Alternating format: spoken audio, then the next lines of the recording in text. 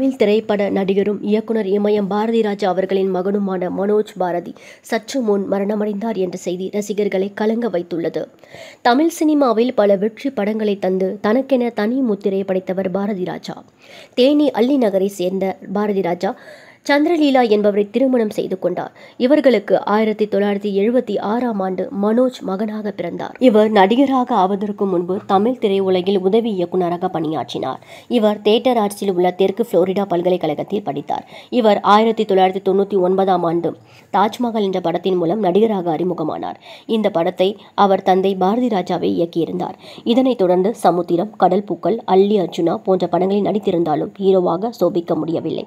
இதனைத் தொடர்ந்து திரையுலகிலிருந்து சற்று விலகியே இருந்தார் மனோஜ். இந்நிலையில் தனது 49வது வயதிலேயே மாரடைப்பில் உயிரிழந்தது தமிழ் திரையுலகை அதிர்ச்சியடைய வைத்துள்ளது.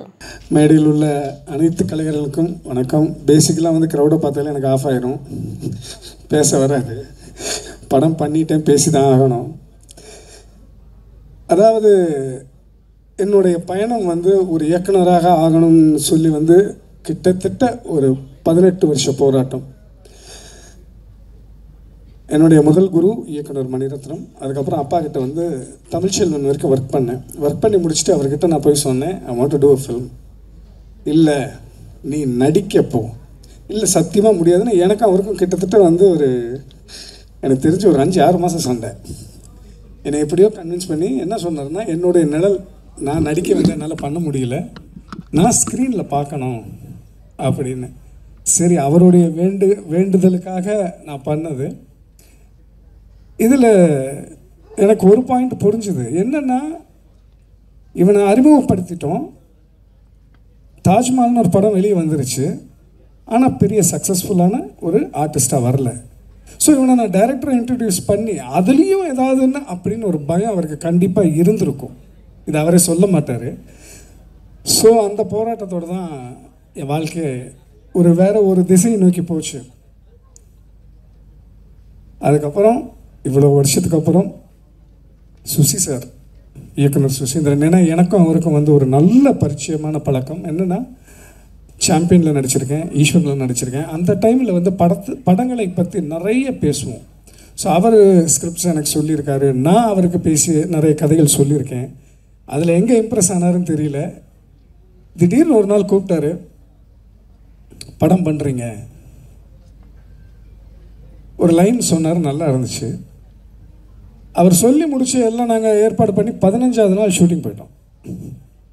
அவ்வளோ ஸ்பீடாக நான் எதிர்பார்க்கவே இல்லை. அதே மாதிரி இந்த படத்தையும் மிக விரைவில் முடித்தோம், குறைந்த நாட்கள்.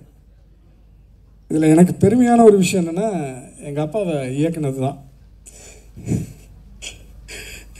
என்னன்னா, மொதல் நாள் ஷூட்டிங்கு அவருக்கு நடிப்பு சொல்லி கொடுத்துட்டு இருந்தேன். என்னை பார்த்து என்னடா பழி வாங்குறியா அப்படின்னாரு. அப்போ அந்த காலம் வேறப்பா, இந்த காலம் வேறு. சரி, ஏதோ சொல்கிறேன், செய்கிறேன். ஆனால் நான் என்னென்ன எதிர்பார்த்து கேட்டனோ அதை எல்லாத்தையும் பண்ணியிருக்காரு. நீங்கள் பாருங்கள். இதில் அடுத்த ஒரு பெரிய விஷயம் என்னென்னா, ராஜா அப்பா எனக்கு ஒரு பெரிய வருத்தம் இருந்தது. நம்ம நடிகனான ஆன பிறகு அவருடைய இசையில் நடிக்க கூட இல்லையே அப்படின்னு. அவருடைய மகன் இசையில் நடிக்கிறதுக்கு காரணம் சுரேஷ் காமாட்சி, அவர் தான். மாநாடுன்னு ஒரு படம்.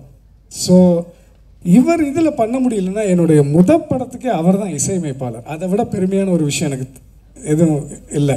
கடவுளாக எனக்கு கொடுத்த ஒரு வரப்பிரசாதம் எங்கள் அப்பா ராஜா அப்பா. அது போக ஷாம் ரொம்ப நல்ல பையன். முதல் நாள் ஃபேட்டத்து நின்று அவனை காம் பண்ணி ஒரு லெவலுக்கு டியூனப் பண்ணி கொண்டு ஒரு 2-3 நாளில் செட் ஆகிட்டான். அந்த பையன் நல்லா பெர்ஃபார்ம் பண்ணியிருக்கான். அவனுக்கு அந்த பேஷன் ட்ரைவ் நிறையா இருக்குது உள்ள. கண்டிப்பாக will become a very good actor Shyam. அதே மாதிரி ரக்ஷனா, 4வது நாள் அவளுடைய பெர்ஃபார்மன்ஸ் பார்த்துட்டு எனக்கே ஒரு மாதிரி சுத்திரிச்சு தலை. What a performer. She is like a kind of a young ப்ராடிஜின்னு சொல்லலாம். ரொம்ப நல்லா பண்ணியிருக்காங்க. இந்த படத்தில் ஒரு மிகப்பெரிய பேர் கிடைக்கும். அதே மாதிரி நக்ஷா பயங்கர பிளேஃபுல் அது இதுன்னு இருந்தாலும் ஒர்க்குன்னு வந்துச்சுன்னா ஷீ இஸ் வெரி சீரியஸ். இப்படி ஒரு பங்க்சுவாலிட்டி இந்த யங் ஏஜில் நான் பார்த்ததில்லை. எங்களுக்கு முன்னாடி ஸ்பாட்டில் போய் உட்காந்துருக்கோம். நல்லா வருவியா நீ? ஓகே. அதே மாதிரி ரியான்ட்டு she's sitting here, she's done a role. எல்லாமே ப்ளசண்ட்டாக பண்ணியிருக்காங்க. This is a feel good film. கண்டிப்பாக உங்களை எல்லாருக்கும் பிடிக்கும். ஃபேமிலியோடு வந்து படம் பார்க்கலாம். அதுக்கப்புறம் நான் ரொம்ப தேங்க் பண்ண வேண்டியது வந்து என்னோடய ஒய்ஃப், என் குழந்தைங்க.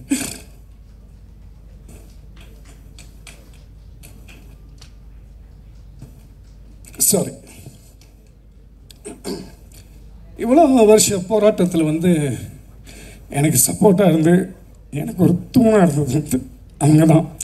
தேங்க்யூ அச்சு, thank you Arthika, thank you Mathi. Without you guys I'm nothing. Thank you. அப்புறம் எங்கள் அம்மாவுக்கு ஒரு நம்பிக்கை இருந்துகிட்டே இருந்தது, கண்டிப்பாக நீ ஒரு நாள் பெரிய ஆளாக வருவேன் அப்படின்னு. ஸோ இவ்வளோ நல்ல விஷயங்கள், பாசிட்டிவ் எனர்ஜி என்னை சுற்றி இருந்து என்னை இந்த லெவலுக்கு கொண்டு வந்திருக்கு. அண்ட் பத்திரிகை நண்பர்கள், பத்திரிகை வந்து ஒரு ஃபேமிலி மாதிரி இண்டஸ்ட்ரிக்கு, உங்களுடைய சப்போர்ட் இல்லாமல் எதுவுமே நடக்காது. ஸோ இதை மக்கள்கிட்ட கொண்டு போய் சேர்ற உங்களுக்கு ஒரு பெரிய நன்றி. தேங்க்யூ.